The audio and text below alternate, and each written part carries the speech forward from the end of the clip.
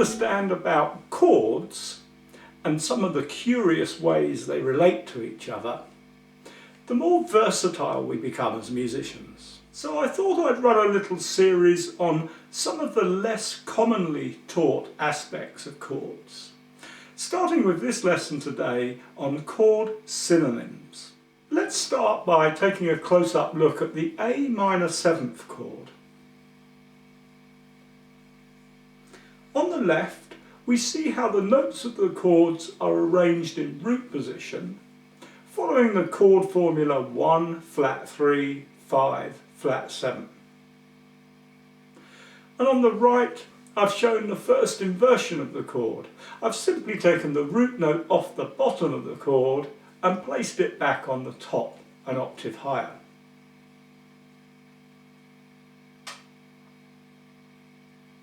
But looking closely at this first inversion of A minor 7th, it's hard not to see it as a C major 6th chord.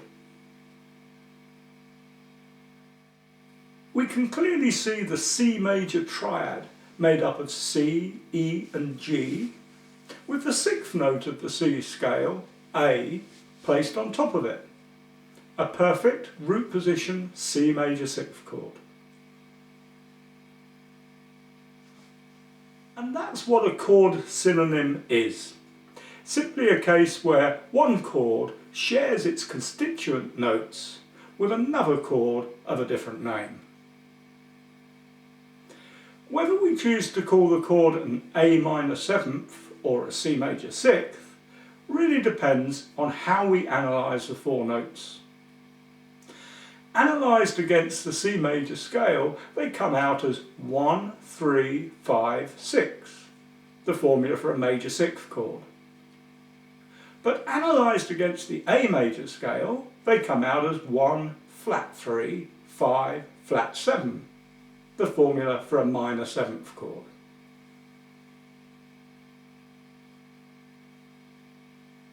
Knowing this offers us the opportunity to simply substitute these chords one for the other when composing or improvising.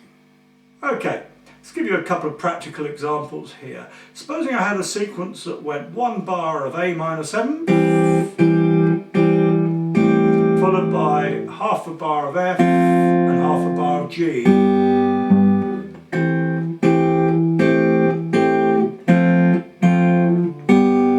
Well, I could replace the A minor 7th, the whole bar of A minor 7th with half a bar of A minor 7th, followed by half a bar of C 6th, a substitute chord.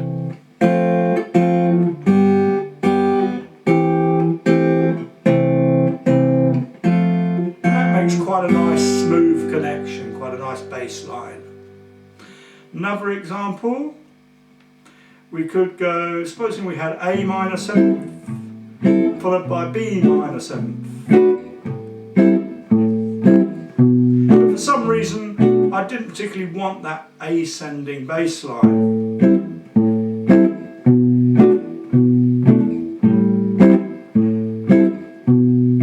So I might switch to going C major 6th, taking that down to the B, a semitone lower for my B minor 7th.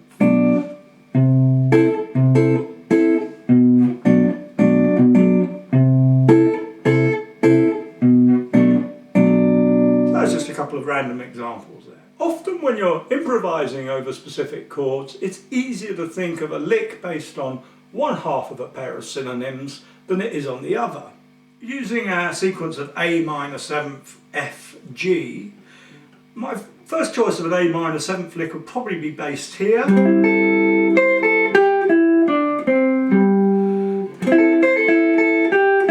then I could easily run into my F, based on the D shape there, and my G 2 frets higher.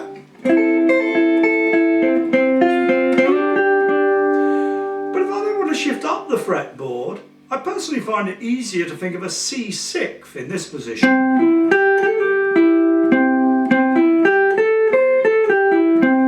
And then I can grab my F and my G using the A shape.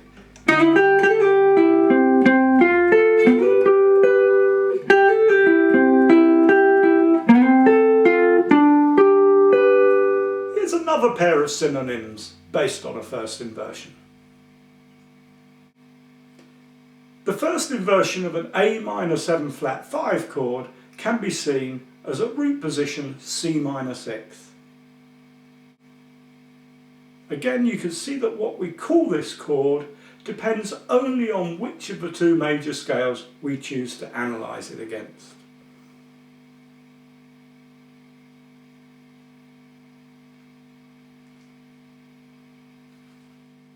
And this relationship is most easily seen here at fret 8.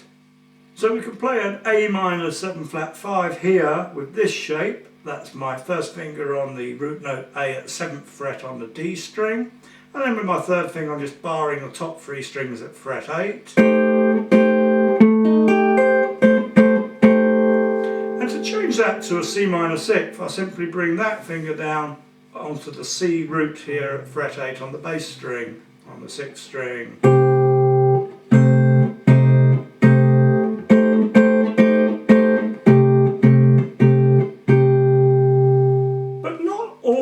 Chord synonyms are obvious inversions of each other.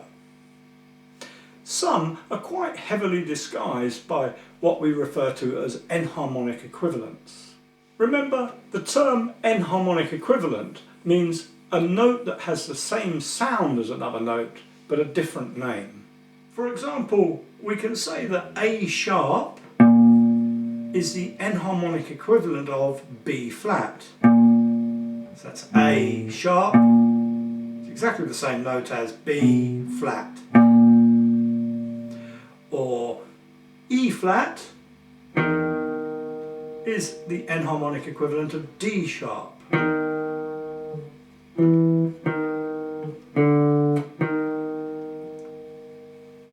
Looking at these two chords, A9 sharp 5 and G9 flat 5, at first glance, it's hard to see how they have anything in common.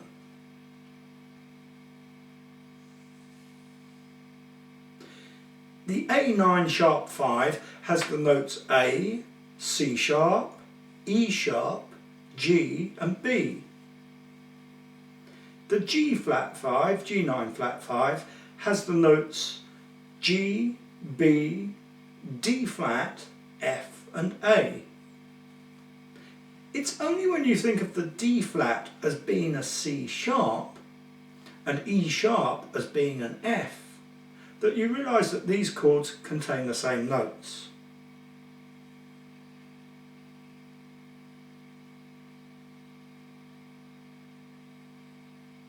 You can hear what a sweet substitute G9 flat 5 makes for A9 sharp 5 if I pair them up with D major 7th. So what I've got here is a 5-1 relationship, a dominant major relationship.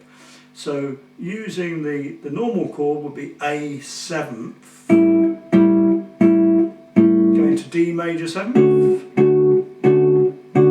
Well, A9 sharp 5 is a substitute for the A 7th. You can hear how nicely that resolves to the D. Similarly, if I play the G9 flat 5, that also resolves very nicely to the D, just as the A does.